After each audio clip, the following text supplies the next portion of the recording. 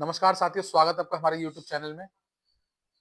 रुपए की गिरावट निरंतर जारी है और रुपए में एक दीर्घकालीन गिरावट आ गई है। लगभग $1 की कीमत ₹90 से ऊपर हो गई है। अब इसका क्या इम्पैक्ट पड़ेगा मार्केट पे?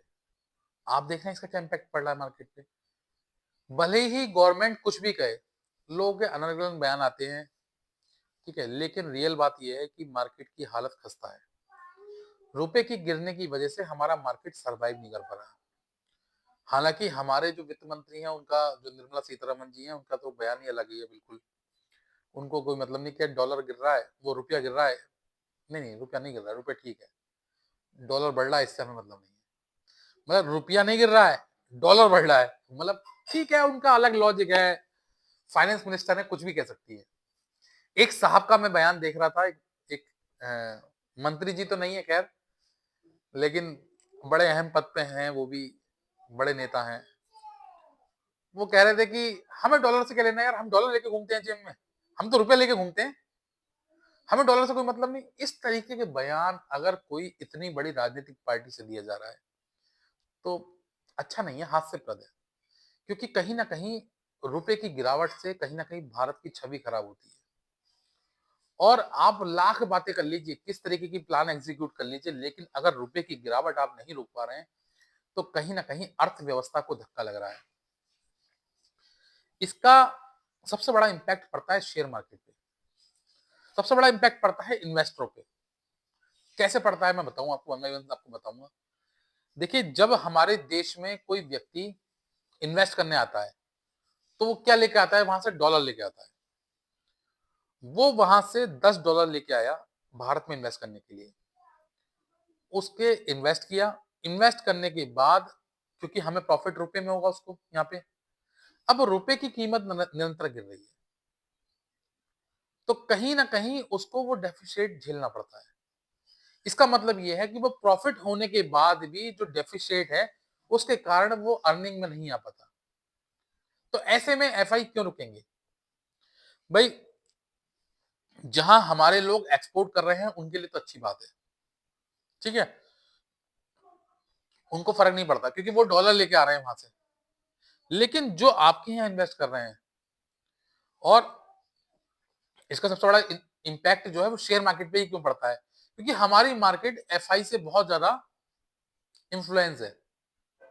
जब जब हमारी मार्केट में एफआई सेलिंग करना शुरू करता है तो मार्केट गिरनी शुरू हो जाती है, एफआई बाइंग शुरू करता है तो मार्केट संभलनी शुरू हो जाती है। तो बहुत बड़ा रोल जो है वो एफआई का है हमारी शेयर मार्केट में, क्योंकि इतने बड़े अमाउंट्स में वो इन्वेस्ट करते हैं जिससे मार्केट में कहीं ना कहीं इफेक्शन आता है। और जिस तरीके से रुपया लगातार गिरने में लगा हुआ है, तो कहीं ना कहीं बहुत ज्यादा फर्क इसका मार्केट पे पड़ रहा है। देखिए, डॉलर जो है निरंतर बढ़ रहा है। हालांकि डॉलर में भी गिरावट का दौर है, ऐसी बात नहीं है, और करेंसी के मुकाबले, लेकिन हम जो ट्रेड डील करते हैं वो डॉलर में करते हैं। अब देखिए इसका इम्पैक्ट क्या पड़ता है। कहीं ना कहीं आने वाले समय में जब हमारा रुपया महंगा होगा तो हमें क्रूड भी महंगा मिलेगा। अभी तक जो क्रूड हमें सस्ता मिल रहा है, अब वो महंगा मिलना शुरू होगा, निरंतर उसके प्राइस बढ़ेंगे। और गवर्नमेंट जब तक प्रॉफिट ले रही है ना, तब तक कुछ नहीं है उससे। जिस दिन वो प्रॉफिट बंद हो जाएगा तो वो लॉस आपके सिर थम देगी। अगर ये पैसा मान लीजिए अभी हम लोग पेट्रोल या डीजल जो भी 90-96 के आसपास ले रहे हैं, अब अगर क्रूड के रेट बढ़ने शुरू हो जाएंगे, मतलब एक तरीके से रुपए की गिरावट तेजी से बढ़ेगी, तो हमें महंगा मिलेगा क्रूड। तो उसकी वजह से क्या होगा, हमें पेट्रोल और डीजल भी महंगा मिलना शुरू होगा। क्रूड लेते हैं ना, उसमें से पेट्रोल और डीजल निकलता है, तो हम उसके लिए ज्यादा पे करेंगे। तो जब ज्यादा पे करेंगे तो कंपनी अपने ऊपर नहीं लेगी ना, गवर्नमेंट अपने ऊपर लेगी, वो किस पे आएगा, वो आम जनमानस पे आएगा। कहीं ना कहीं उससे लिए हमारी जेब ढीली होगी। और आप देख रहे हैं अभी तक क्या होता है, जब भी मार्केट में डॉलर जैसे से बढ़ रहा है, रुपया गिर रहा है, तो गवर्नमेंट क्या करती है, गवर्नमेंट मार्केट में डॉलर डाल देती है। मतलब डॉलर को डालने मतलब यह है, डॉलर को सेल कर देती है। डॉलर को सेल कर देती है। क्या होता है कि जब जब हम किसी चीज को सेल करेंगे तो उसकी कीमत गिरेगी। अब गिर तो सकती नहीं डॉलर की कीमत हमारे मुकाबले, लेकिन एक बैलेंस बना रहता है। तो गवर्नमेंट क्या करती है, आरबीआई मतलब गवर्नमेंट मतलब आरबीआई का, आरबीआई डॉलर को सेल कर देती है, रुपए को खरीदना शुरू कर देती है। उसकी वजह से क्या है कि स्टेबिलिटी आ जाती है थोड़ी सी, लेकिन ये शॉर्ट टर्म में है, इससे रुपए की गिरावट नहीं रोक सकते आप। इसके लिए आपको कोई स्ट्रॉन्ग स्टेप लेने पड़ेंगे और गवर्नमेंट को समझना पड़ेगा कि रुपए की वजह से जो भारत की दशा हो रही है, इसको समझना पड़ेगा कि इससे बहुत ज्यादा नुकसान भारतीय मार्केट को हो रहा है।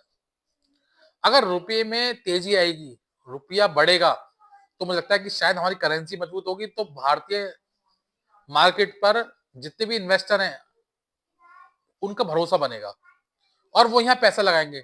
जिस डेफिसिट की वजह से वो यहाँ से निकल जाते हैं, क्योंकि देखिए आप ये देखेंगे अगर कि हमारे यहाँ इंटरेस्ट रेट बहुत ज्यादा है, भाई अदर कंट्री से अगर कंपैरिजन करेंगे आप, तो हमारे यहाँ इंटरेस्ट रेट ज्यादा है, तो ग्लोबली तो हर व्यक्ति को हमारे यहाँ इन्वेस्ट करना चाहिए, हमसे प्रॉफिट लेके निकलना चाहिए।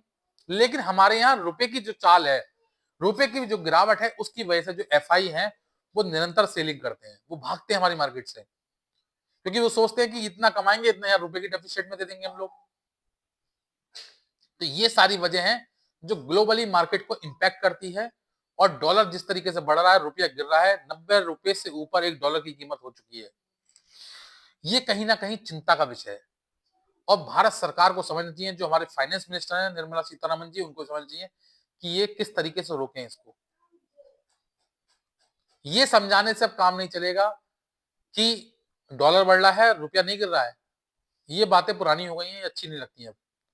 अब अच्छा ही लगता है कि आपने इसको रोकने के लिए क्या स्टेप उठाया, आप इसको बढ़ाने के लिए क्या कर रहे हैं।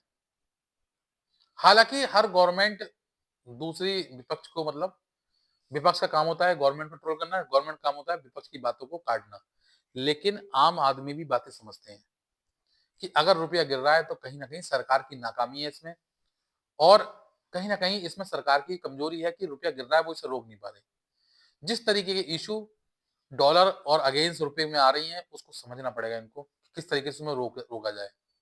वरना अगर ऐसे ही हालात बने रहे, तो शायद मुझे लगता है कि मार्केट के लिए आप जितने भी स्टेप आपने उठाए हैं, चाहे वो जीएसटी कट हो, चाहे टैक्स में रियायत हो, या और बहुत सारे एमएसएमई के लिए आपने स्टेप उठाए, वो सारे नाकाफी काम होंगे।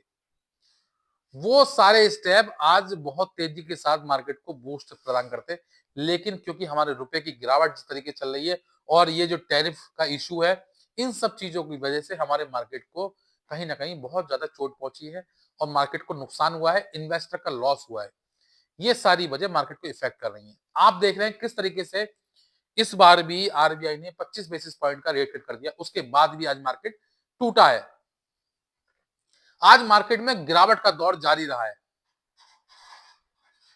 सोचिए इतना कुछ करने के बाद भी, 25 बेसिस पॉइंट का रेट कट करने के बाद भी अगर मार्केट आपका नहीं भाग रहा है, तो कहीं ना कहीं आपकी रणनीति में कुछ ना कुछ कमी है और उस कमी को आपको समझना पड़ेगा, उसको दूर करना पड़ेगा। जब तक आप इन चीजों को दूर नहीं करेंगे, आप इस तरह के स्टेप नहीं उठाएंगे, तब तक भारतीय मार्केट ऐसे ही परेशान रहेगा, इन्वेस्टर ऐसे ही परेशान रहेंगे। तो गवर्नमेंट को समझना पड़ेगा कि इन सारे स्टेपों के साथ रुपए की गिरावट को रोकने के लिए भी आपको स्टेप उठाना पड़ेगा। जब तक आप ऐसा नहीं करेंगे, तब तक मार्केट इसी तरीके से रहेगा, आज गिरेगा कल बढ़ जाएगा, रिटर्न नहीं आएगा, यहीं रहेगा। और रिटर्न नहीं आएगा ना, तो इन्वेस्टर भी नहीं आएंगे। तो ये चीज समझनी पड़ेगी आपको कि सारे स्टेप आपको एक साल उठाने पड़ेंगे। तो फिलहाल के लिए तो इतना ही। आप बताना मेरी दी हुई जानकारी कैसी लगी। अगर वीडियो पसंद आई हो, अच्छी लगी हो वीडियो, तो वीडियो को लाइक करना, शेयर करना और चैनल को सब्सक्राइब करना ना भूलना। Thank you.